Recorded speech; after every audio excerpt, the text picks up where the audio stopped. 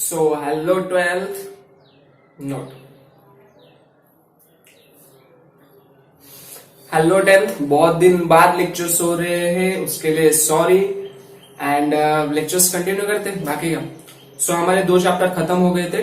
10th की बात कर रहा हूं मैं। सो दोनों चैप्टर खत्म हो गए थे। सो आप क्या कर रहे हो, जाके दोनों चैप्टर्स अगर नहीं हुए तो प्लेलिस्ट में है, जाके देख लो। आज हम 3rd चैप्टर 10th का the most important chapter circle and one of the hardest chapter भी बोलते हैं, बट वैसा है नहीं। ठीक है, सो चालू करते हैं। आवाज आ रहा है? ओके। सो सबसे पहले जो हमारा 3.1 है उसके लिए कुछ नोट्स है, वो नोट्स आ गया तो एक्सरसाइज आ गया। ठीक है, तो सबसे पहला है tangent is perpendicular to the radius. ये थ्योरम का नाम है। सो थ्योरम्स हम लास्ट में करेंगे, 5 एक्सरसाइज हो जाने दो, फिर उसके बाद करेंगे। बट अभी फिलहाल इतना याद रखो, tangent is perpendicular to the radius. इसका मतलब क्या होता है, ध्यान से सुनो। सबसे पहले टैंजेंट समझो कि ये आपका सर्कल है। ठीक है, ये सर्कल में अगर सर्कल को कोई एक लाइन सिर्फ एक ही पॉइंट में टच करके जाता है, फॉर एग्जाम्पल ये पॉइंट है और सिर्फ एक ही पॉइंट में टच करके गया, तो उसको क्या बोलेंगे? टैंजेंट। एक लाइन रहेगा, सिर्फ एक ही पॉइंट पे टच होना चाहिए, तो उसको क्या बोलते हैं? टैंजेंट। और जिस पॉइंट पे सर्कल और ये लाइन टच होते हैं उस पॉइंट को बोलते हैं पॉइंट ऑफ कॉन्टैक्ट। क्या बोलते हैं? Point of contact. So point of contact के बाद हम लोग का आता है रेडियस। तो ये सेंटर होता है, सेंटर से यहां तक जो होता है उसे रेडियस बोलते हैं। तो इस स्टेटमेंट का मतलब क्या होता है? Tangent is perpendicular to the radius. कभी भी याद रखना, जब भी हम टैंजेंट ड्रॉ करेंगे तो पॉइंट ऑफ कांटेक्ट मिलेगा, और सेंटर और पॉइंट ऑफ कांटेक्ट को जो ऐड होता है वो रेडियस होता है। तो ऑब्वियसली बात ये है कि जब भी हम टैंजेंट ड्रॉ करेंगे वो रेडियस पे परपेंडिकुलर होगा ही होगा। ये थ्योरम है, हम बाद में प्रूव करेंगे। सिर्फ याद रखो, अगर रेडियस से है टैंजेंट है तो एक दूसरे पे परपेंडिकुलर होते हैं। डन, इतना समझ गया? आगे उसके बाद आता है second line, if a line perpendicular to the radius. If a line perpendicular to the radius then the line is the tangent. इसका जस्ट कन्वर्स है, उल्टा है। दिखाई दे रहा है ना सब? ओके, राइटिंग संभाल लो। सो अगर कोई लाइन, टैंजेंट बात नहीं कर रहा हूं अभी मैं, अगर कोई भी लाइन रेडियस पे परपेंडिकुलर है पॉइंट ऑफ कांटेक्ट के ऊपर, सपोज सेम डायग्राम है, कुछ प्रॉब्लम नहीं। अगर मैं ये बता रहा हूं कि ये कोई भी लाइन है, ये कोई भी लाइन है और रेडियस पे परपेंडिकुलर होना चाहिए, मतलब ये बीच में ऐसा परपेंडिकुलर नहीं, पॉइंट ऑफ कांटेक्ट पे परपेंडिकुलर दिया है आपने को। सो ये रेडियस है, ये टैंजेंट है और ये पॉइंट ऑफ कांटेक्ट पे परपेंडिकुलर है, तो ये लाइन ऑटोमेटिक क्या हो जाता है? टैंजेंट हो जाता है। इसमें क्या था? अगर टैंजेंट है तो रेडियस पे परपेंडिकुलर होगा। इसमें क्या है? अगर लाइन रेडियस पे परपेंडिकुलर है तो वो लाइन टैंजेंट होगा। नहीं समझ में आया? वीडियो वापस करो और सुनो। ओके, थर्ड पे आते हैं अभी। Tangent segments drawn from an external point are equal. ये जो थ्योरम है वो 3 मार्क के लिए पिछले साल अभी आया था, मतलब ये जो अभी एग्जाम गया था उसी में था। So tangent segment drawn from external point are equal is very important theorem for this exercise and for the circle chapter. So make sure that you do it. After I will teach. Tangent segment drawn from an external point are equal. बोलने का मतलब है कि अगर कोई circle है, वो circle में ऐसे टैंजेंट सेगमेंट्स है, एक हो गया और ये दूसरा। सो एक ही पॉइंट से 2 टैंजेंट है ना सर्कल को। हमेशा याद रखना, एक एक्सटर्नल पॉइंट से, बाहर के पॉइंट से सर्कल को सिर्फ 2 ही टैंजेंट ड्रॉ कर सकते। अभी तीसरा कहां से ड्रॉ कर सकते? नहीं कर सकते, होगा ही नहीं tangent draw. So tangent segment drawn from an external point. Tangent segments, tangent जो है कहां से ड्रॉ किया? एक्सटर्नल पॉइंट से जो ड्रॉ किया है वो इक्वल होते। इक्वल मतलब ये एक पॉइंट ऑफ कॉन्टैक्ट रहेगा, इधर एक पॉइंट ऑफ कॉन्टैक्ट रहेगा। सो ये अगर 10 सेंटीमीटर रहा तो ये भी 10 सेंटीमीटर रहेगा। शर्त ये है कि एक ही सर्कल को रहना चाहिए, फिर दूसरे सर्कल को नहीं है। सो टैंजेंट सेगमेंट्स, ये जो टैंजेंट सेगमेंट आप कैसे भी ड्रॉ कर सकते हो, आप चाहो तो ऐसा भी ड्रॉ कर सकते हो, इस तरफ से भी। सॉरी मेरा थोड़ा अंदर से चला गया। सो ऐसा एक ही पॉइंट में टच होना चाहिए। सो ये अगर 5 सेंटीमीटर है तो ये भी 5 सेंटीमीटर होगा। Okay, so tangent segments drawn from an external point are equal.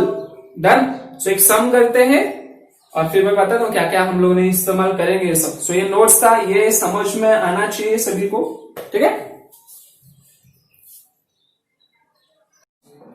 So question आ चुका है हमारे पास, a circle with centre C. Diagram बना देता हूं फटाफट।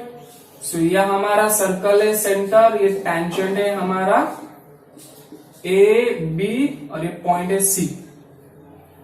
सो ये डायग्राम दिया था हमें, अभी हमें सॉल्व करना है यहाँ पे और बस फिर आंसर लेके आना है। मैं थोड़ा डायग्राम इधर बनाता हूं बिकॉज थोड़ा काम आएगा उधर हमें लिखने में, क्योंकि स्पेस कम है अपने पास। ये done. So this is A, this is B and this is C. So मैं तुम लोग के साथ ही सॉल्व करने वाला हूं।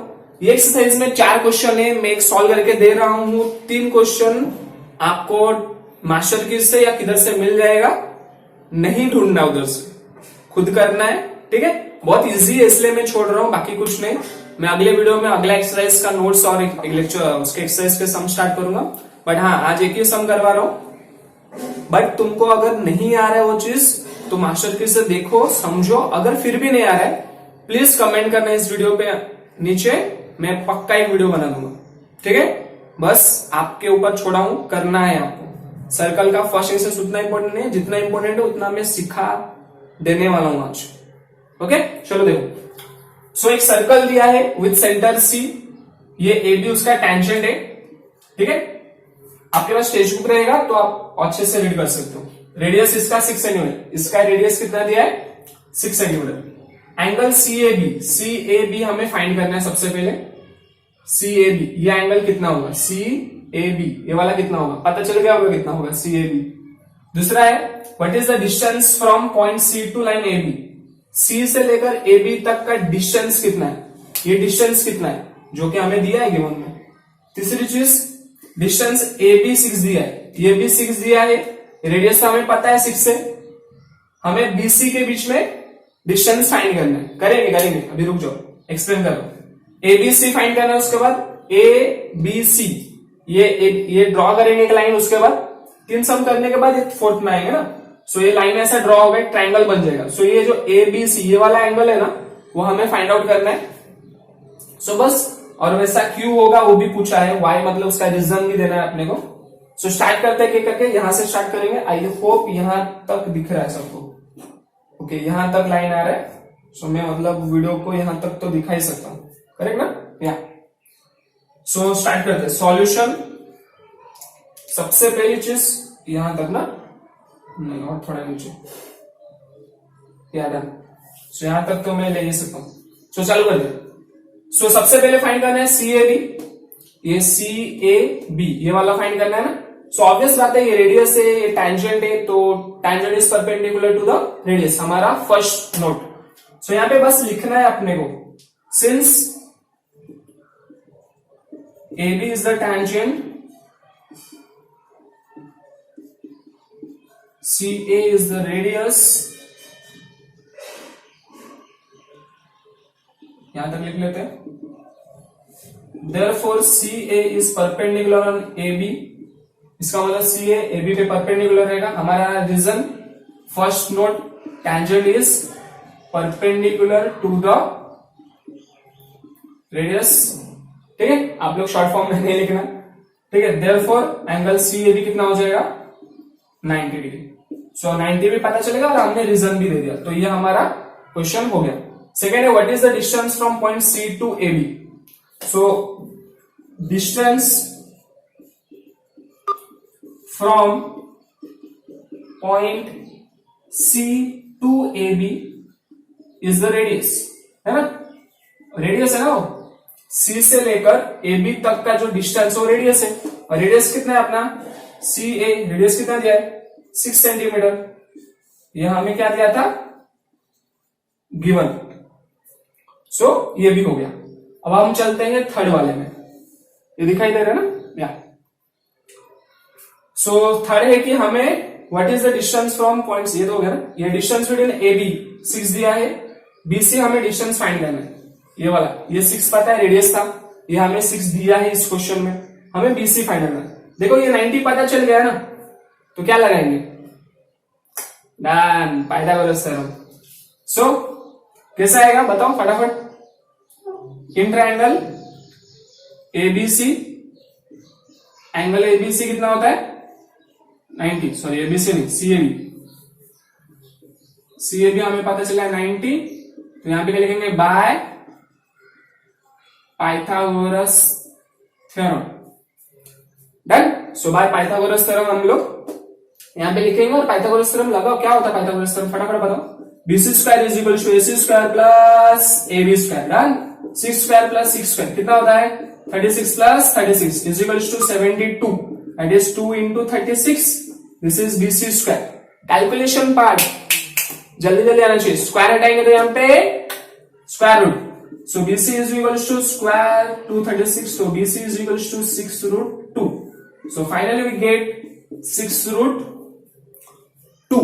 so आप लोग को अभी अभी फटाफट क्या करना है, ध्यान से सुनो, बिकॉज मेरे पास जगह नहीं है, तो तुम लोग को क्या करना है, ये फटाफट एक स्क्रीनशॉट ले लो, ताकि तुमको लिखना पड़ेगा, मैं ये मिटाने वाला हूं अभी, ठीक है। सो अभी हम लोग को लास्ट वाला क्या फाइंड करना है, फोर्थ वाला क्या है हमारे पास, एबीसी, ये वाला एंगल, ये वाला एंगल हमें फाइंड आउट करना है। सो पता लगाते हो वाला एंगल,